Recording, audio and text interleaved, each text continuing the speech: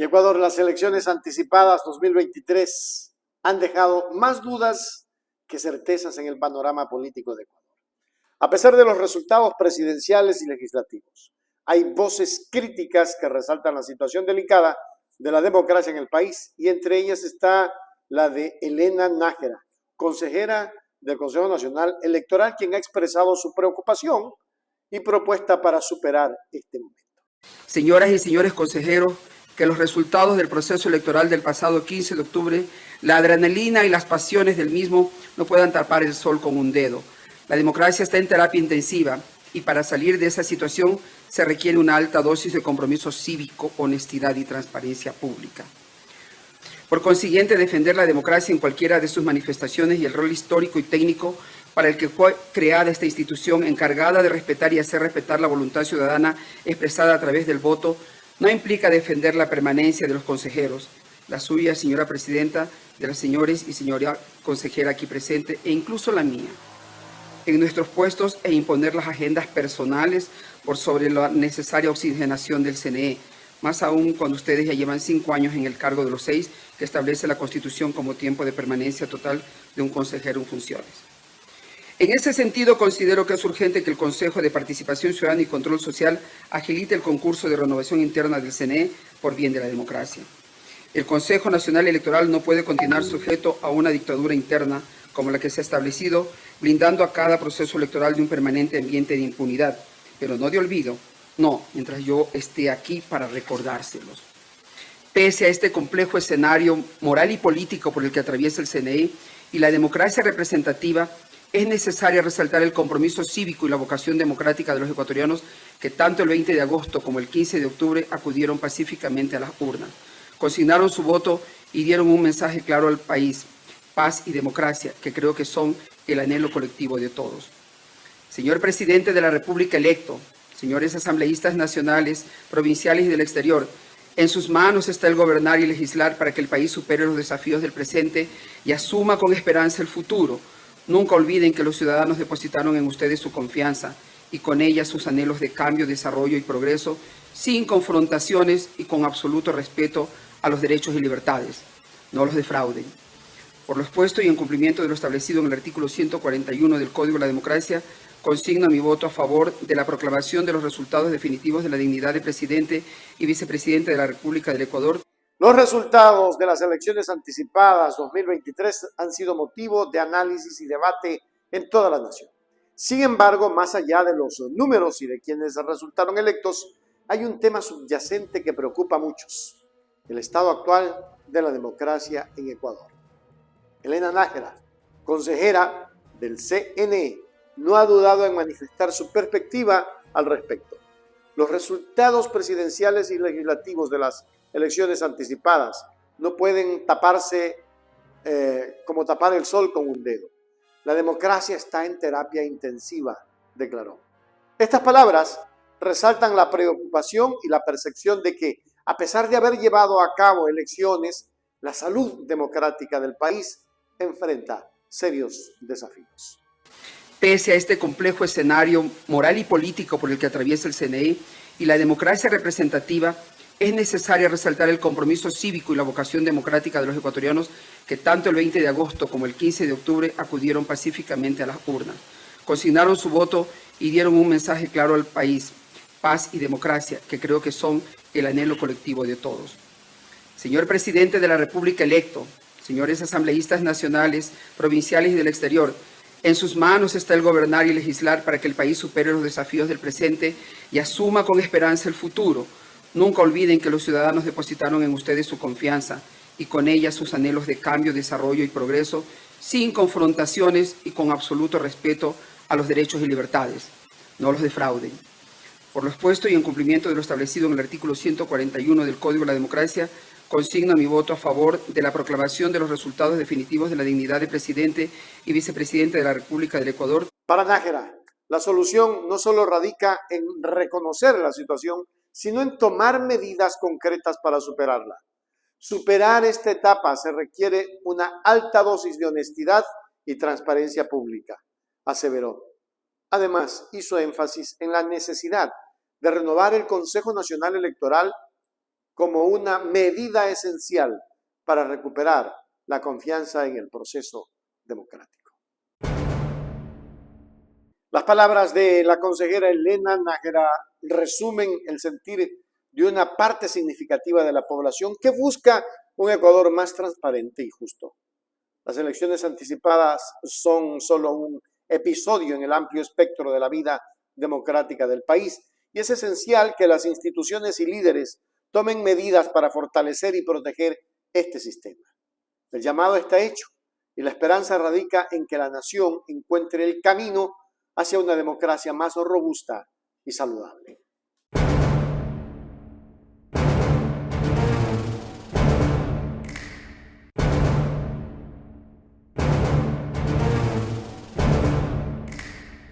Ecuador, en recientes declaraciones, Anderson Boscan ha expresado su preocupación acerca de la cooperación de un integrante clave en el caso Encuentro.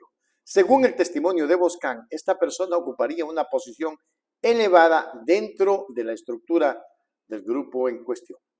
Algo que tiene muy preocupado a la banda, no me refiero a la banda presidencial, sino a la banda delincuencial. ¿Saben qué es? ¿Cuál? Que empezó a sonar en el run run de los pasillos judiciales que uno está interesado en cooperar. No. Interesado en cooperar Claro, o sea, como si Interesado ya en no cooperar. está cooperando. No, pero lo que se sabe, así, de ciencia cierta, es que ha habido interés de una parte en cooperar. ay, se fregaron No mucho. se sabe si la fiscalía... Porque tú puedes estar interesado en cooperar, pero luego la fiscalía tiene que revisar qué tienes para cooperar, ¿no? Claro. El que está interesado en cooperar está arriba en la estructura. Eso quiere decir que tiene que delar para arriba. Yo, si fuera don Danilo, mira, tiene 16 días, le han dado 16 días a Vaca. Seguramente que hay un campeonato de tenis en algún lugar del mundo esperándolo. Porque aquí nadie, a don Danilo no le han dictado prohibición No, no de tiene salir del nada. país, ¿no? Ni grillete le han puesto. Está No. jugando tenis, pero queda en canto, el tobillo suelto. De hecho, el 16 podría ser ese La día. audiencia va a ser el 16. Don Danilo sabe que ese día puede cambiar mucho las cosas en su vida.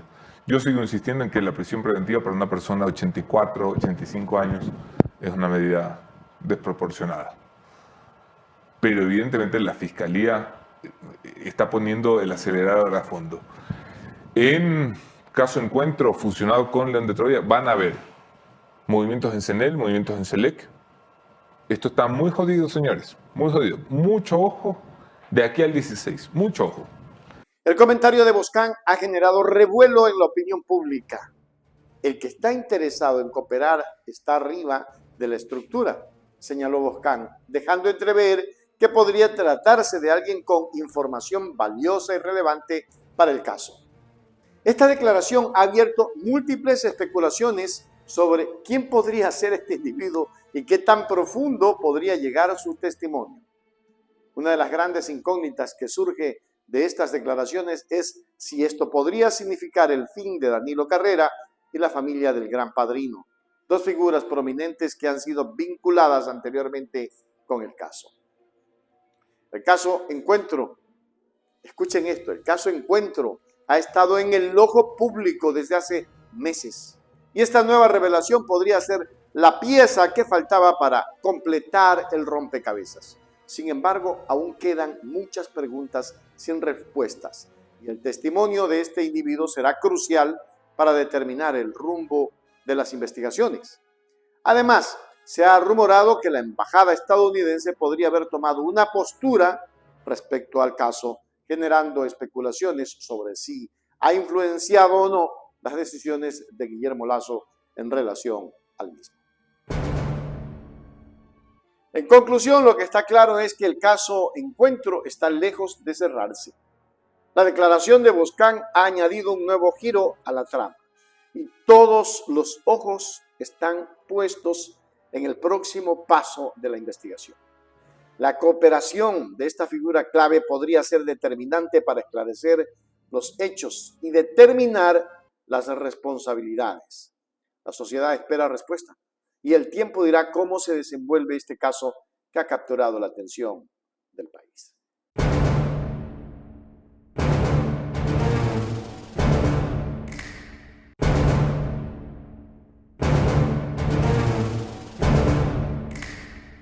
Y desde la capital ecuatoriana, Quito, surge un fuerte mensaje de solidaridad y apoyo para nuestra querida vicealcaldesa de Guayaquil, Blanca López. Es que se trata de Emilio Uzcategui, concejal metropolitano de Quito, que se ha pronunciado en defensa de Blanca López, una joven política que ha sido objeto de ataques misóginos debido a su perfil y compromiso político.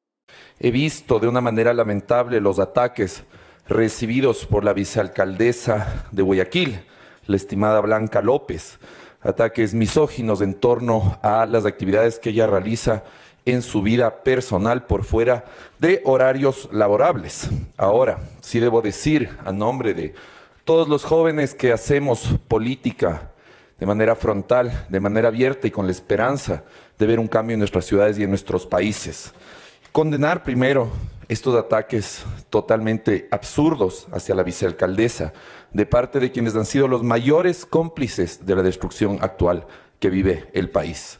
También decirles que detrás de cada mujer joven que hace política hay organización y está la esperanza y la expectativa de cientos y miles de jóvenes. En ese sentido, Blanca López, Gisela Garzón, Jaira Noriega, nuestra misma compañera Jocelyn Mayorga, no están solas. Y también aprovechar para decirles a quienes buscan censurar los sueños y las alegrías de los jóvenes que estamos en política, que definitivamente no les daremos ese gusto ni hoy ni nunca. Blanca López, conocida en redes sociales como Blanca López, ha sido víctima de múltiples ataques verbales y críticas que, lejos de centrarse en su labor política, se enfocan en su género, juventud y orientación política progresista. Ante este panorama, jóvenes comprometidos con las causas sociales y políticas de Quito y del país han decidido levantar la voz para respaldarle. Emilio Uzcategui, en representación de esta generación de jóvenes líderes, ha manifestado su total solidaridad y apoyo hacia López. Desde Quito, los jóvenes que nos hemos comprometido con las causas de nuestras ciudades y del país, nos solidarizamos con Blanca López por los ataques misóginos recibidos, expresó el concejal metropolitano. El mensaje de Uzcategui va más allá de un simple gesto de solidaridad. Es una llamada a la reflexión y a la acción para combatir la discriminación y el acoso hacia las mujeres en el ámbito político y en la sociedad en general. No serán ellos los censores de nuestras alegrías, sentenció Uzcategui, haciendo referencia a aquellos que buscan silenciar y menospreciar a las voces jóvenes y progresistas. También decirles que detrás de cada mujer joven que hace política hay organización y está la esperanza y la expectativa de cientos y miles de jóvenes. En ese sentido, Blanca López, Gisela Garzón, Jaira Noriega, nuestra misma compañera Jocelyn Mayorga, no están solas. Y también aprovechar para decirles a quienes buscan censurar los sueños y las alegrías de los jóvenes que estamos en política, que definitivamente no les daremos ese gusto ni hoy ni nunca. El pronunciamiento del concejal metropolitano de Quito resalta la importancia de la unidad y solidaridad en momentos donde la discriminación y el odio se manifiestan. Es un recordatorio de que, a pesar de los obstáculos y ataques, la juventud comprometida con el progreso y la justicia seguirá adelante, defendiendo sus ideales y alegrías. La lucha contra la misoginia y la discriminación es una tarea de todos los ecuatorianos y de todas las voces, como la de Emilio Uzcategui y Blanca López, son esenciales para guiar ese camino. Ya es hora.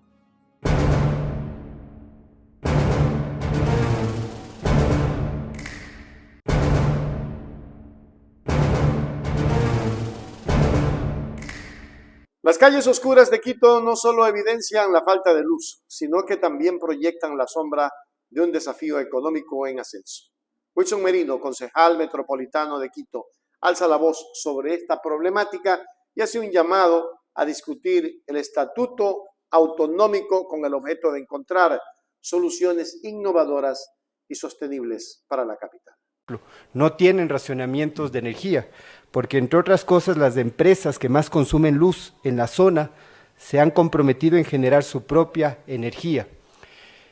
Creo que es clave no cometer los mismos errores una y otra vez. Y este consejo, señor alcalde, colegas concejales, tiene que comenzar a discutir temas de fondo. Y lo de fondo el día de hoy, en función de esta crisis energética que se suma a una profunda crisis económica, social, ambiental, política, tiene que llevarnos a poner este tema del Estatuto Autonómico en el debate de la ciudad y en el debate de este pleno. Gracias, alcalde. El apagón no es solo literal. La falta de energía eléctrica en Quito se ha convertido en un símbolo de los desafíos económicos que enfrenta la ciudad. Sin luz, el comercio se paraliza, la productividad disminuye y la vida cotidiana de los quiteños se ve afectada. Es clave no cometer los mismos errores una y otra vez. Y este consejo, señor alcalde, colegas concejales, tiene que comenzar a discutir temas de fondo. Y lo de fondo el día de hoy, en función de esta crisis energética que se suma a una profunda crisis económica, social, ambiental, política, tiene que llevarnos a poner este tema del Estatuto Autonómico en el debate de la ciudad y en el debate de este pleno. Ante esta situación, Wilson Merino, concejal de Quito, propone que es momento de ser protagonistas de nuestro desarrollo. Merino insta a discutir el Estatuto Autonómico y buscar competencias que permitan a la ciudad fomentar fuentes alternativas y renovables de energía. Seamos protagonistas de nuestro desarrollo y garanticemos la provisión de energía eléctrica en el Distrito Metropolitano de Quito, exclama. La propuesta del concejal no solo busca solucionar la crisis de la energía actual, sino que tiene una visión a futuro. Al adoptar fuentes de energía renovables, Quito no solo aseguraría su suministro eléctrico, sino que también daría un paso hacia la sostenibilidad y la protección del medio ambiente. Qué bueno, Wilson Merino, que esas propuestas, y yo quisiera escuchar esas propuestas en todos los lados, pero aquí se dedican a pelear. Qué bueno, de verdad, me alegra esto. Y este consejo, señor alcalde, colegas concejales, tiene que comenzar a discutir temas de fondo. Y lo de fondo el día de hoy, en función de esta crisis energética que se suma a una profunda crisis económica, social, ambiental. La oscuridad que cubre Quito es más que una ausencia de luz, es un llamado a la acción. Las palabras de Wilson Merino resuenan con urgencia y esperanza. La capital ecuatoriana tiene el potencial de iluminar su futuro, no solo con electricidad, sino con innovación y sostenibilidad. La propuesta está sobre la mesa y la ciudad tiene la oportunidad de encender las luces del progreso.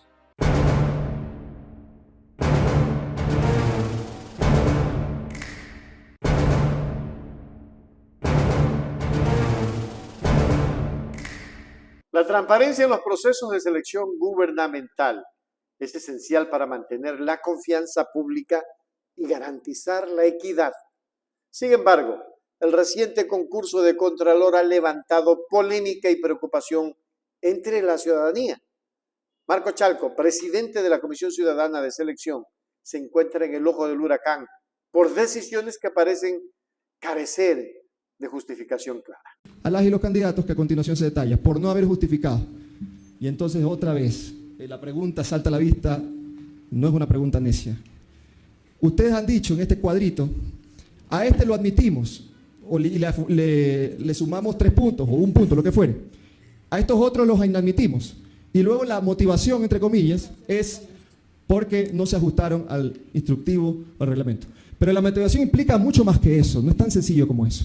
El deber de motivar implica que se expliciten las razones por las cuales ustedes consideraron que en este específico carpeta, que en este específico expediente, a este se le subió 3 por tales y tales razones. El papel de la Comisión Ciudadana de Selección es fundamental para garantizar la imparcialidad y transparencia en la selección de Contralor General del Estado. Sin embargo, la reciente resolución de recalificación ha dejado más preguntas que respuestas. se han otorgado puntos adicionales a algunos candidatos y se han inadmitido recalificaciones a otros. Todo ello sin motivación ni explicación alguna. Esta falta de transparencia ha generado descontento y desconfianza entre los interesados y la ciudadanía en general. Marco Chalco, al frente de la comisión, ha agravado la situación al declarar que la motivación detrás de las recalificaciones era un tema privado, lo que ha intensificado las críticas. Esta postura ha llevado a muchos a cuestionar la integridad del proceso y exigir respuestas claras y transparentes. Por otro lado, en un giro inesperado, Chalco ha denunciado en el Pleno del Consejo de Participación Ciudadana que tanto él como otros miembros de la comisión han sido víctimas de intimidaciones e insultos. Esta situación añade una capa de complejidad al ya tenso ambiente en torno al concurso de Contralor. Terrible, terrible, es inadmisible, señor Chalco, que usted diga que esas cosas son privadas. En la vida pública no puede haber nada privado. Todo tiene que ser transparentado, señor Chalco. Más cuando se trata de seleccionar a la autoridad que va a controlar a las entidades públicas, el Contralor General del Estado. Oiga, señor Chalco, ¿quién lo seleccionó a usted? Que vaya. Todo el proceso de deliberación, las razones, la motivación, para ponerlo en términos constitucionales, que por cierto es un mandato de la norma de normas, la motivación, es decir, cuando ustedes se reunieron en esas reuniones de trabajo, a decir, ¿sabe qué? A este candidato, a este le subimos 3 puntos en los méritos, al de acá le subimos 1.25. Ese proceso de deliberación, ¿dónde acudo para yo revisar ese proceso de deliberación? Hay grabaciones de las reuniones de trabajo. ¿Hay grabaciones? Usted dijo, ¿hay grabaciones de las reuniones de trabajo? Sí, exactamente. ¿Dónde están esas grabaciones? Esas grabaciones están en mi computadora. La pregunta entonces es, ¿por qué no se hicieron públicas? Porque eso, desde el inicio ha habido reuniones, como explicamos acá, que no se han hecho públicas porque siempre hay un lado de, se puede decir, de privacidad, que no deben ser de conocimiento público. No comparto esta explicación, me parece que ya se ha manejado un arcano. La fase más transparente, estamos conscientes de esto, la fase que debía haber sido más transparente de este concurso, que es la recalificación, acciones afirmativas, méritos, y están ahorita en el curso de la prueba de oposición, no se ha publicitado. Voy a hacerle el requerimiento formal. Sin embargo, me permito leer lo que dice el artículo 5 del reglamento que regula su actuación como comisionados. Las reuniones de la Comisión Ciudadana de Selección y los eventos en los cuales las y los postulantes rindan la prueba de oposición serán transmitidas en vivo. Así que yo le agradezco que usted me quiera proporcionar eso. Es muy tarde. Lo debe hacer, por supuesto. Pero dice, y es mandatorio, que serán transmitidas en vivo a través de las plataformas informáticas que maneja el Consejo de Participación Ciudadana y Control Social. Y aquí viene mi otra pregunta. Ustedes están violando este artículo 5. Las reuniones de trabajo no están publicadas. Entonces, con todo respeto, no vengamos ahora, luego de un año, a decir por qué no están las reuniones de trabajo publicadas. Debo decir que me parece impresentable este argumento, porque lo dice el reglamento, o sea que la excusa no puede ser que los veedores nos graban. Entonces, como los veedores a hurtadillas, a escondidas nos graban, nosotros no vamos a cumplir el artículo 5 de la publicidad, que usted lo ha citado bien, publicidad de la información. Ustedes claramente violentaron el reglamento que los rige. La transparencia y la integridad son pilares fundamentales de cualquier proceso democrático. La reciente controversia en torno al concurso de Contralor subraya la importancia de mantener estos valores en todos los niveles de gobierno. Mientras Marco Chalco y la Comisión Ciudadana de Selección enfrentan críticas y desafíos, la demanda de claridad y justicia por parte de la ciudadanía sigue siendo firme. El tiempo dirá si se logran restaurar la confianza y la credibilidad en este importante proceso de selección. Pero el Contralor es uno de los funcionarios más importantes que debe de ser seleccionado con pinza. Hemos tenido contralores que están presos y prófugos. Terrible.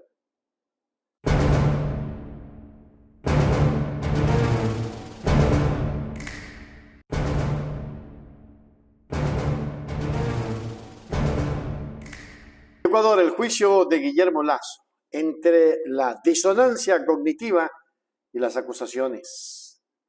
En el escenario político andino, la figura del presidente Guillermo Lasso ha estado rodeada de controversia y fuertes críticas. Su mandato ha sido objeto de un intenso debate y algunas voces lo tildan como el peor presidente de la historia. Sin embargo, es importante examinar si estas acusaciones tienen fundamentos sólidos o si son productos de la polarización política y la disonancia cognitiva. Guillermo Lasso está fuera de sí. Él sufre de disonancia cognitiva. Él vive en un mundo paralelo. Él no se da cuenta que es el peor presidente de la historia, que es el presidente peor evaluado de América Latina, que Nicolás Maduro de Venezuela tiene mayores números de aceptación y de apoyo popular que lo que tiene Guillermo Lasso. Lasso está por debajo de Maduro en Venezuela. Que él se atreva a cuestionar y increpar con quién tienen que hacer acuerdos o no cuando le quedan 2 semanas, un mes para que se vaya del poder es hasta una falta de respeto con el presidente electo. ¿Quién es él? Si es un presidente que termina pero en soletas, que se va por la puerta de atrás. ¿Quién es él para hablar de narcotráfico? Se olvida el presidente que Fiscalía pidió que se señale fecha y hora para la audiencia de formulación de cargos, para formularle cargos al cuñado de él, al señor Danilo Carrera, por delincuencia organizada, por los vínculos con Luque Lecaro y otros en el caso denominado Gran Padrino, en el caso El Encuentro, que así lo denominó Fiscalía. Se olvida él que ese caso también estuvo dentro de esta enorme trama por posible narcotráfico vinculado con la mafia albanesa. Se olvida Lasso que a quien asesinaron para callarlo y que no diga absolutamente nada es el mejor amigo de su cuñado, el señor Rubén Cherres. Y a nadie dice nada de eso al respecto. Se olvida Lasso que existieron audios donde salía la comandante general Tania Varela, los generales Ponce y Vargas, hablando abiertamente de esconder, de tapar la investigación de la Policía Nacional relacionada con el tema del narcotráfico y de la mafia albanesa. De eso se olvida Guillermo Lasso.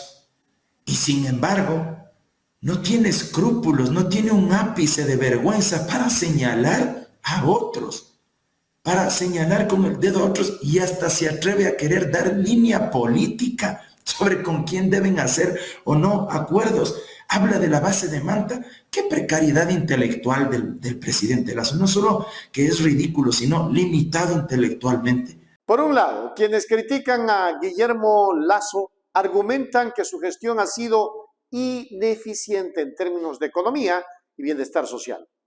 Acusan a Lasso de no comprender las necesidades de la población y de implementar políticas que favorecen a las élites económicas.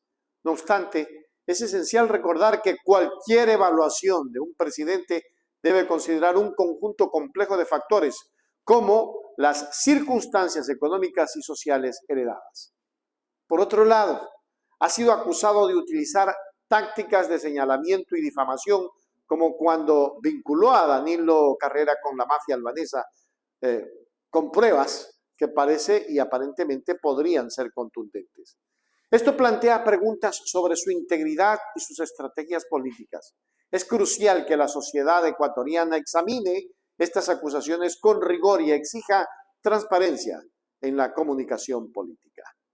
En conclusión, la evaluación de un presidente tampoco puede basarse únicamente en acusaciones y críticas infundadas.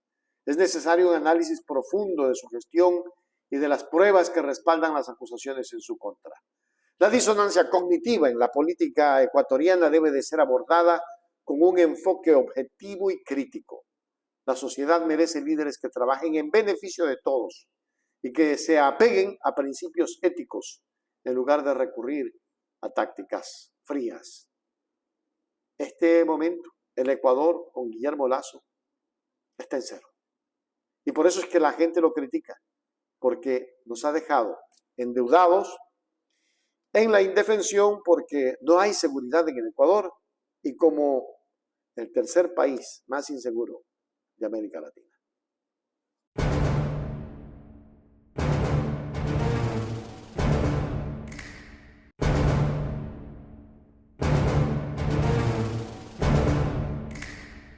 Y atención Ecuador, en un anuncio sorprendente, el asambleísta electo por el partido Sociedad Patriótica, Lucio Gutiérrez, ha planteado la creación de la bancada ética política en el próximo legislativo. Esta iniciativa tiene como objetivo principal proponer proyectos legislativos relacionados con temas cruciales para la sociedad, como el ámbito laboral, la seguridad ciudadana y la lucha contra la corrupción. Esta propuesta representa un enfoque fresco y un compromiso con la mejora del país.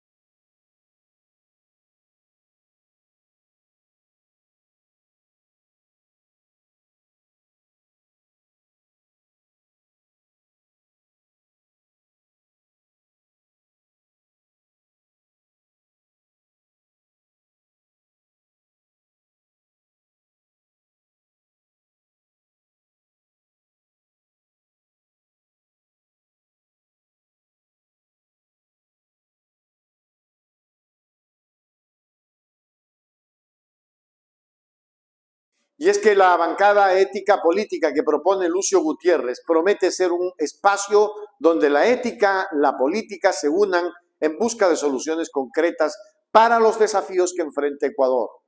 Gutiérrez ha destacado la importancia de abordar temas laborales para mejorar las condiciones de los trabajadores, fortalecer la seguridad ciudadana para proteger a la población y luchar de manera efectiva contra la corrupción que ha afectado a la nación. Además, el asambleísta no ha descartado la posibilidad de entablar diálogos con el correísmo, lo que podría abrir la puerta a un mayor entendimiento y cooperación en el legislativo. En conclusión, la propuesta de Lucio Gutiérrez de formar la bancada ética política refleja un enfoque positivo hacia la política en Ecuador, centrándose en temas fundamentales para el desarrollo del país. La disposición a dialogar con el correísmo muestra un intento de construir puentes en un ambiente político a menudo polarizado.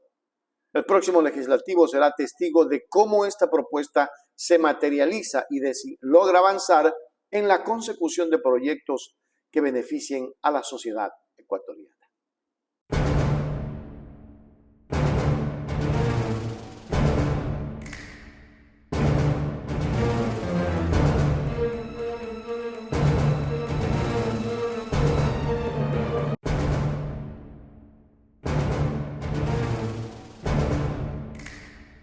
Rafael Dávila elogia la honestidad de Guillermo Lasso en su mandato presidencial. Perdónenme que me ría, pero es que me causa chiste. En un comentario que ha generado debate en el ámbito político ecuatoriano, el asambleísta electo Rafael Dávila ha elogiado la honestidad del presidente Guillermo Lasso en su mandato. Estas declaraciones destacan un enfoque positivo hacia la gestión del mandatario saliente y plantean preguntas sobre la percepción de la honestidad en la política ecuatoriana. Si eso es honestidad, entonces los pillos que están en la cárcel hay que ponerles un náurea, son zampillos. ¿Consideras que ha sido un gobierno honesto? Yo creo que es el presidente honesto. En el gobierno siempre hay gente que falla, pero creo que es un presidente honesto. No tengo ninguna duda respecto al presidente. Y en general en el gobierno creo que no sé, 90% posiblemente ha habido honestidad en estos 2 años. El 90%. Por decir una cifra, ¿no? Hay gente que siempre está embarrada en temas irregulares. Sí. Rafael Dávila ha declarado que no tiene ninguna reserva en expresar su opinión sobre la honestidad del presidente Guillermo Lasso, afirmando que esta cualidad ha prevalecido en un 90% durante los años de su gobierno. Estas palabras resaltan la importancia de la integridad y la ética de la política y sugieren que el mandatario saliente ha mantenido altos estándares en este aspecto. Sin embargo, es fundamental recordar que la evaluación de un presidente abarca múltiples áreas y políticas, y la percepción de la honestidad puede variar según las perspectivas de diferentes actores políticos y de la sociedad en general. Pero agreguémosle algo más. El pueblo entonces ¿Cree que es honesto, señor Dávila, el presidente Lasso? Pero no tiene aprobación. De acuerdo a las encuestas, es el presidente menos aprobado en América Latina. ¿Dónde está la honestidad de este presidente si todo el mundo lo señala y los dedos lo apuntan? Vaya, asambleísta. Las declaraciones de Rafael Dávila, en conclusión, sobre la honestidad de Guillermo Lasso, arrojan luz sobre la diversidad de opiniones en el panorama político ecuatoriano.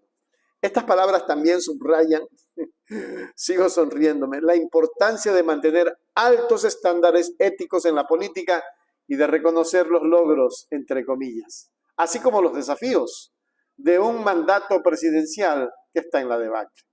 El debate sobre la integridad en la política continúa siendo un tema crucial en la sociedad ecuatoriana y seguirá siendo objeto de discusión en el futuro político del país. Ya basta, don Dávila. Usted elogia la honestidad de alguien que le ha hecho daño al país. ¿Cuál es su concepto sobre pueblo? ¿Cuál es su concepto sobre política? Estos son los asambleístas que no deberían de estar en una asamblea para el pueblo.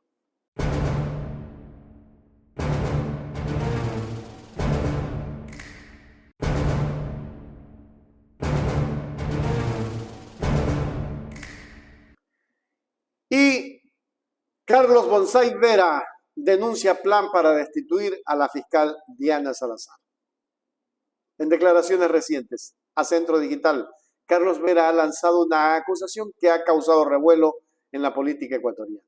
El comentarista y analista político y periodista, entre comillas, afirma que tanto la Revolución Ciudadana como el Partido Social Cristiano tienen la intención de destituir a la fiscal Diana Salazar desde la Asamblea Nacional. Según Vera, esta maniobra busca allanar el camino hacia la impunidad de los líderes correístas, lo que plantea cuestionamientos importantes sobre el futuro de la justicia en Ecuador.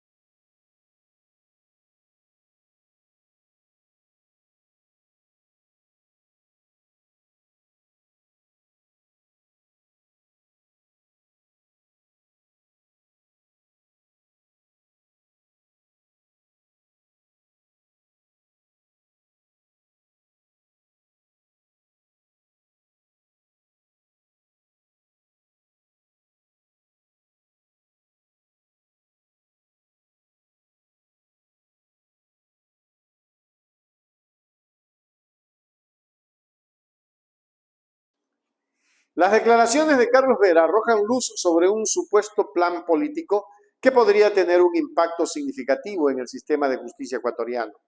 Según su análisis, la destitución de la fiscal Diana Salazar se convertiría en un paso crucial para garantizar la impunidad de los líderes correístas que enfrentan acusaciones de corrupción y otros delitos, pero entre comillas, inventado por ellos mismos, por los medios de siempre y por las élites.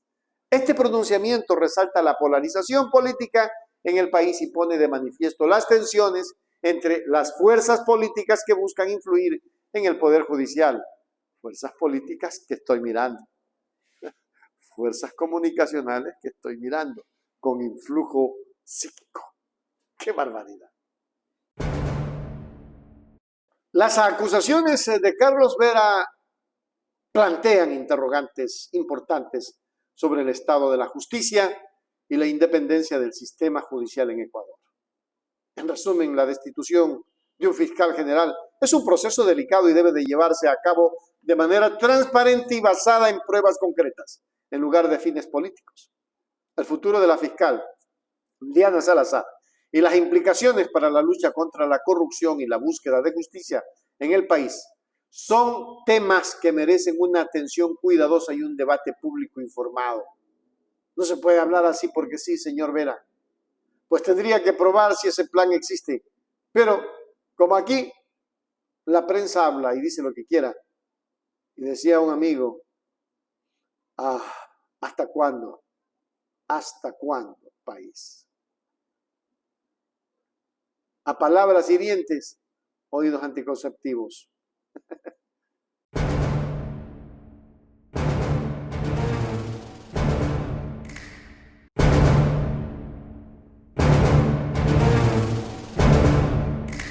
El abogado de las transnacionales petroleras, que toda la vida se sintió al servicio del gran amo y del capital foráneo, frente a una cartera que nunca supo honrar y que mostró cuál grande era su ignorancia, nos viene con el cuento de que así es la vida. Hay que pedir a Diosito. Y que la culpa es de la gente de la costa, porque cambiaron los ventiladores, los viejos ventiladores, con aire acondicionado. ¿Qué nos pasa, compatriotas? Nos toman el pelo, nos creen idiotas. Esto indigna, esto molesta. Y claro, los parches.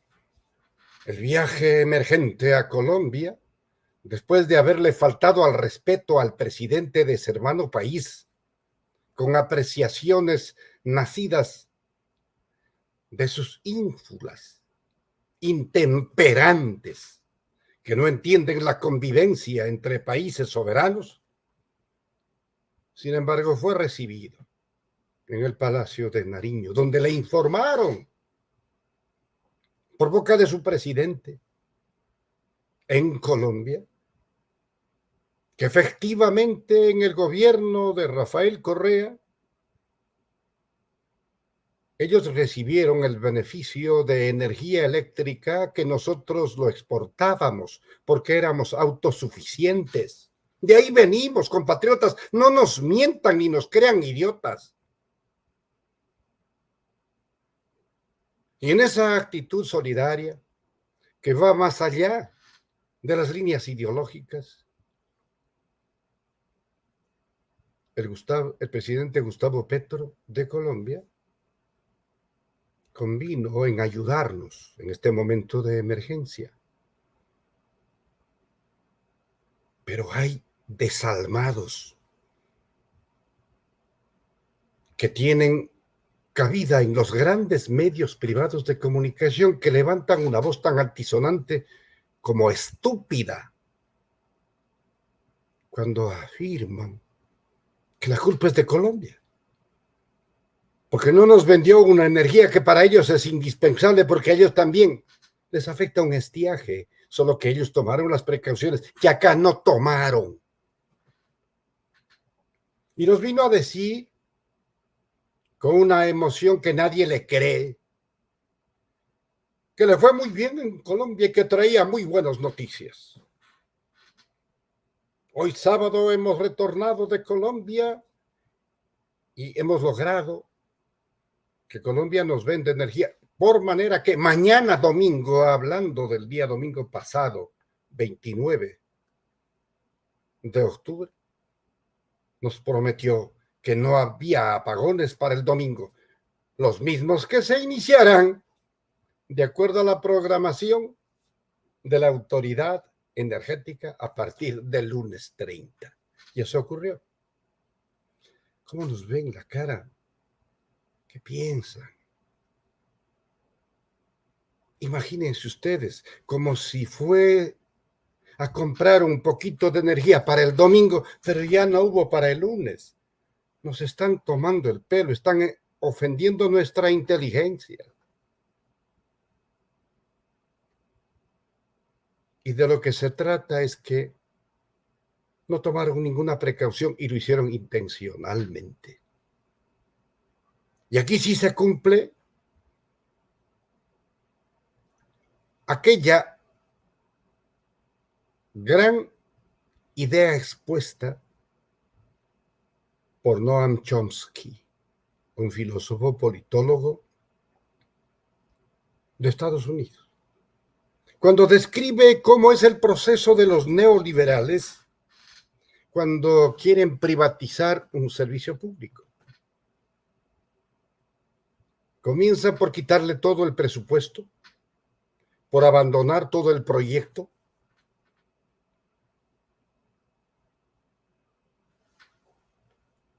por retirarle todos los recaudos técnicos y legales, acompañando una campaña mediática para completar su desprestigio, para que la gente diga, lo público no sirve lo público. Por consiguiente, la única solución, vender al sector privado para que nos quintuplique el costo de la planilla. Eso queremos, compatriotas. Esa es la fórmula neoliberal de los privatizadores. Lo han hecho.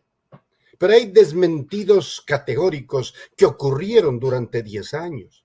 Solo quiero mencionar el Banco del Pacífico, que entregaba una importante cuota de utilidades a la caja fiscal, demostrando eficiencia en su administración, manteniéndose como tal en el sector público. Mentirosos. El sector público, el Estado, tiene que mantener su estructura, su fortaleza, basada en la ley y en la Constitución. El Estado nació para proteger los intereses de las inmensas mayorías, para que no se imponga la ley del más fuerte. Venimos de la esclavitud.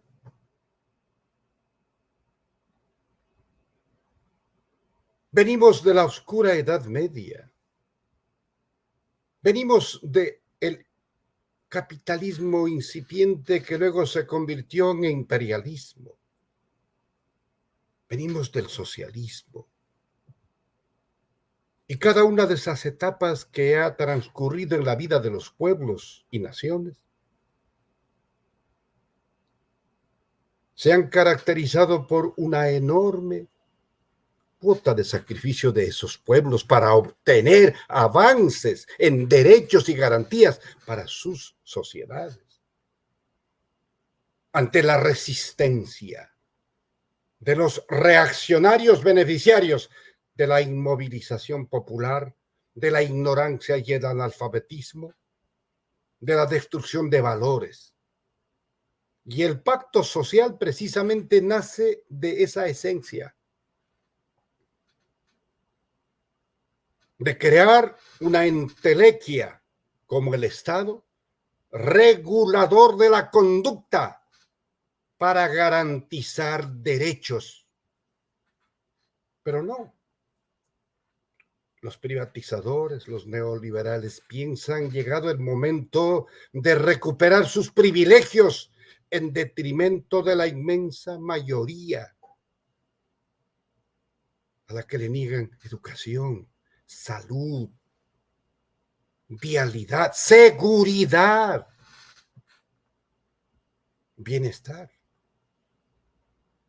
Y nos dicen que los apagones son una consecuencia de la reactivación económica del país que nadie ve por ningún lado, del bienestar, de haber cambiado los ventiladores por aire acondicionado. ¿Qué pasa, compatriotas? Repito, nos están viendo la cara de idiotas. Esto es desafiante de nuestra paciencia. No podemos soportarlo. Por esto es que se rescata al menos alguna sinceridad de un funcionario que hoy está encargado del Ministerio de Gobierno, el señor Mario Cubi, que se manifestó un tanto sincero y dijo: debemos pedir disculpas al país por los errores del Ministerio de Energía. Ya no tenemos que mentir. Algo así manifestó el ministro encargado.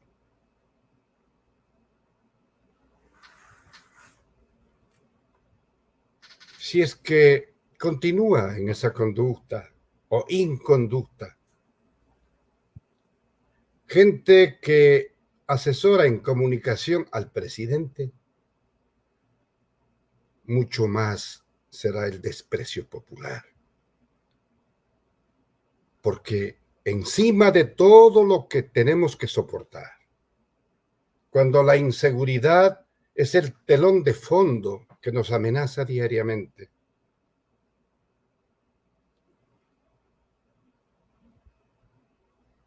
y sobre piedras, palos, vienen los apagones y estamos a puertas de las consecuencias del fenómeno del Niño y no nos hemos tomado la precaución de prepararnos. Cuando los organismos autónomos descentralizados claman por sus rentas retenidas, lo único que podemos manifestar es que este cambio de gobierno debe realizarse cuanto antes.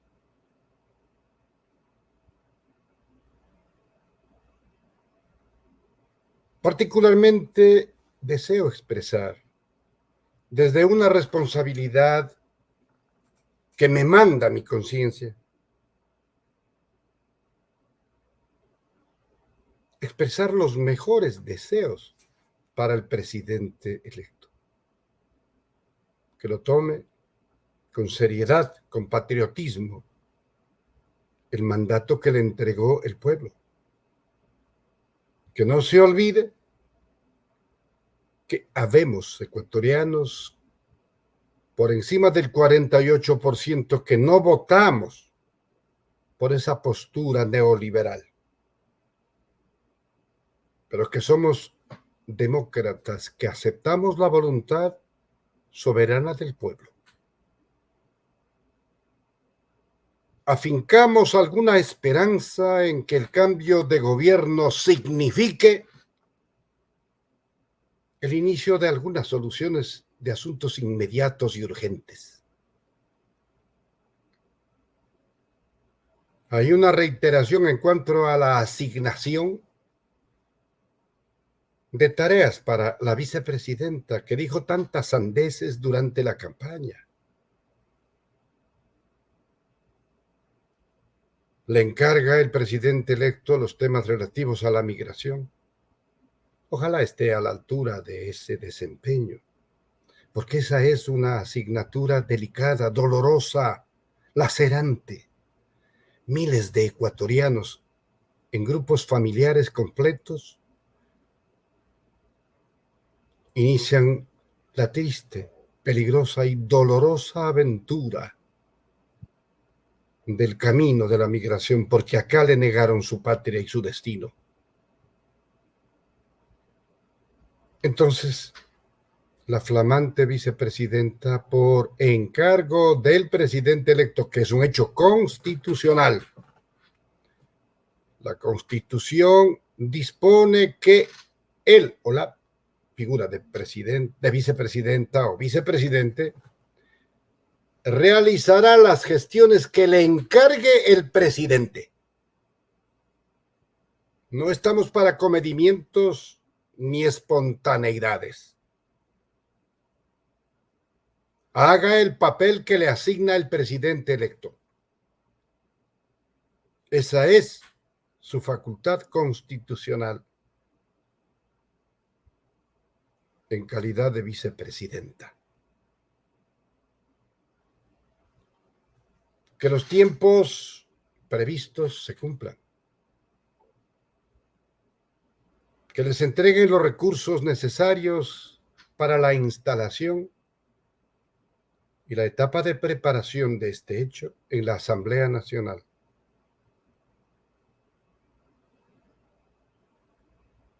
Y ese que es el primer poder del Estado, la primera función, ejerza a plenitud sus facultades legislativas y de fiscalización.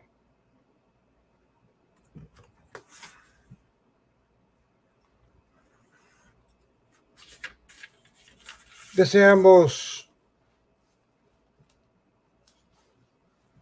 comentar de pasada algo que desmiente a los mentirosos, a los escandalosos. Recuerdan que esa figura de la preventa petrolera que tuvo que asumir el gobierno de la Revolución Ciudadana para afrontar inclusive las consecuencias de un terremoto en Manabí y Esmeralda. La prensa, libre, independiente y pautada, levantó un infundio de que nos estábamos vendiendo hasta el año 3000 a China. Estamos enajenando el futuro del Ecuador y de todas sus generaciones. Todo eso dijeron. Y hoy día, que se hace lo mismo, que está en proceso, contratos de preventa. ¿Qué dicen ahora? Preventa petrolera. ¿Qué dicen ahora? Es también una forma de vender el país. Mentirosos, escandalosos. No vamos a cejar en nuestro derecho de exigir la verdad, porque nos están mintiendo y nos mintieron, nos estafaron. Y nuestra débil democracia ya no soporta tantos embates de estos farsantes, disfrazados de demócratas y que lo único que hacen es defender sus parcelas de poder y sus privilegios.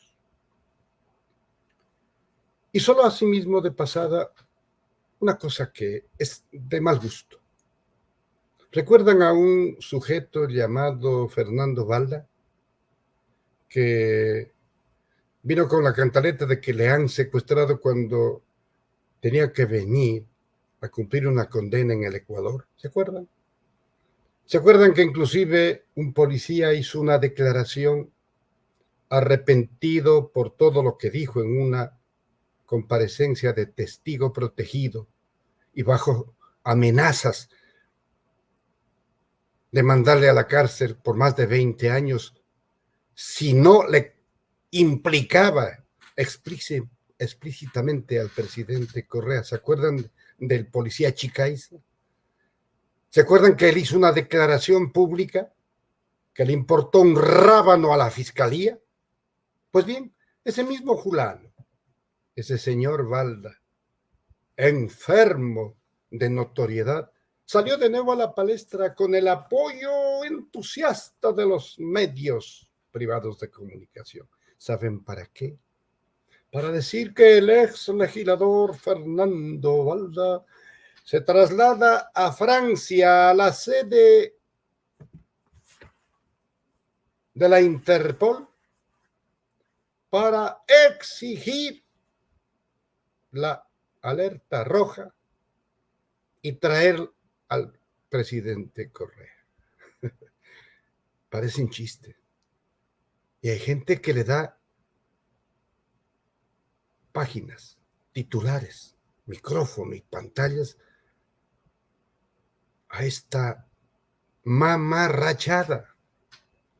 ¿Qué pasa, compatriotas? ¿Cómo hemos trastocado los valores? Gente de esta descalificación moral ocupan los titulares para desviar la atención de los grandes problemas que nos afectan, por los que sufrimos. Ya basta. Están poniendo a prueba nuestra capacidad de aguante. Ya es hora. La muerte cruzada fue un castigo no solamente para la Asamblea, sino para el presidente que renunció a completar su periodo. Pues ya es hora que se vaya. Y uno de los elementos que van a permitir esa transición es la instalación de la Asamblea Nacional, donde tomará posesión el presidente y la vicepresidente electos.